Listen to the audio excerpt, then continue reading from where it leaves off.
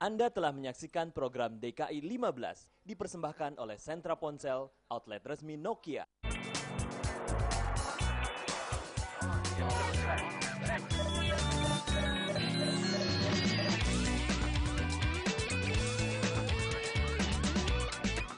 O Channel.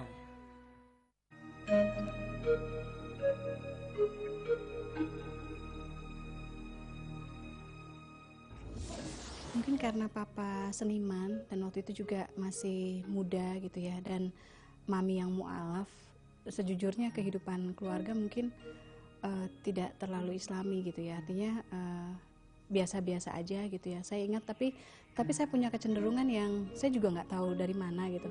GR-nya agak soleh gitu ya dari kecil gitu. Jadi bahwa ketika kami puasa justru godaan yang berat itu datang dari mami gitu. Karena kalau saya diajak ke pasar, saya sama kakak saya, mami akan nawarin, kamu capek ya, kamu lapar ya, kamu haus ya, kamu mau es kelapa muda, mau mie ayam, mau bakso gitu. Sehingga godaan buat kami yang waktu itu masih kecil jadi kenapa dari mami.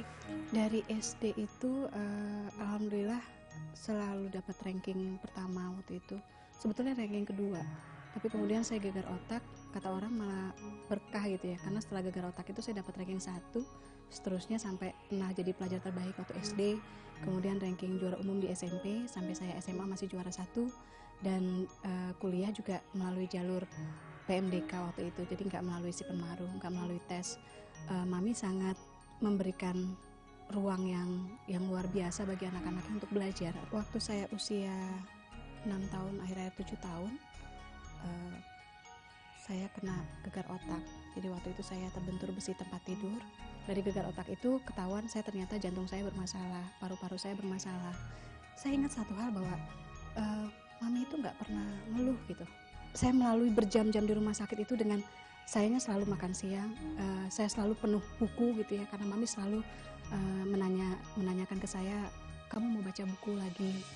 Dan sekarang saya baru ngeh gitu bahwa untuk bisa selalu menyediakan buku-buku untuk saya gitu ya, mami tuh sering gak makan siang gitu. Dan mami buat saya itu sangat-sangat luar biasa gitu. Dan lewat buku-buku itu saya kemudian melihat dunia yang lebih luas gitu, yang kalau saya pikir mungkin kalau Allah nggak memberikan saya seorang ibu yang seperti mami, mungkin saya nggak akan punya kesempatan seperti anak-anak miskin lain gitu, yang punya akses membaca yang luar biasa gitu. Dan saya bisa melihat bahwa ternyata dunia itu luas. Dari suka membaca, saya melihat kadang-kadang dari buku-buku yang ada, saya nggak puas sama endingnya gitu. Oh, kenapa nggak nulis sendiri gitu. Tapi waktu itu saya punya masalah dengan saya nggak percaya diri gitu. Sudah sempat memenangkan lomba nasional pun saya masih nggak percaya diri gitu. Tapi terakhir saya melihat menulis ini sebagai media berjuang gitu. Ketika sudah mulai berjalan saya menulis, saya melihat ya barangkali jalan ini yang Allah berikan kepada saya gitu. Dan ini berkah yang luar biasa.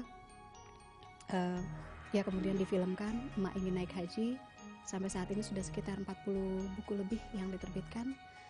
Dan ya alhamdulillah, mudah-mudahan ini menjadi jalan bagi saya untuk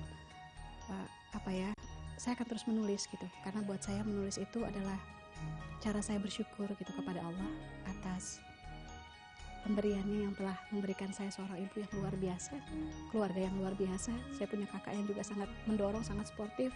Saya punya adik yang juga luar biasa. Saya punya ayah yang nggak pernah menyerah, yang sekalipun miskin, papa nggak pernah sekalipun meminta anak-anaknya untuk berhenti sekolah. Saya merasa GR-nya gitu ya, Allah mencurahkan banyak sekali kebaikan gitu loh. Dan saya merasa tangan Allah di mana-mana gitu ketika saya membutuhkan gitu, ketika kami membutuhkan gitu. Dan itu membuat saya makin sadar bahwa saya tahu saya dulu miskin gitu, saya tahu saya nggak punya apa-apa gitu, saya tahu nggak terbayang gitu bisa membuat sebuah lompatan atau apa gitu. Tapi sekarang saya tahu dan saya berani menyemangati teman-teman lain yang sedang berjuang yang sama gitu ya, yang melalui ujian yang sama gitu, bahwa kalau kita miskin gitu, Allah Maha Kaya gitu.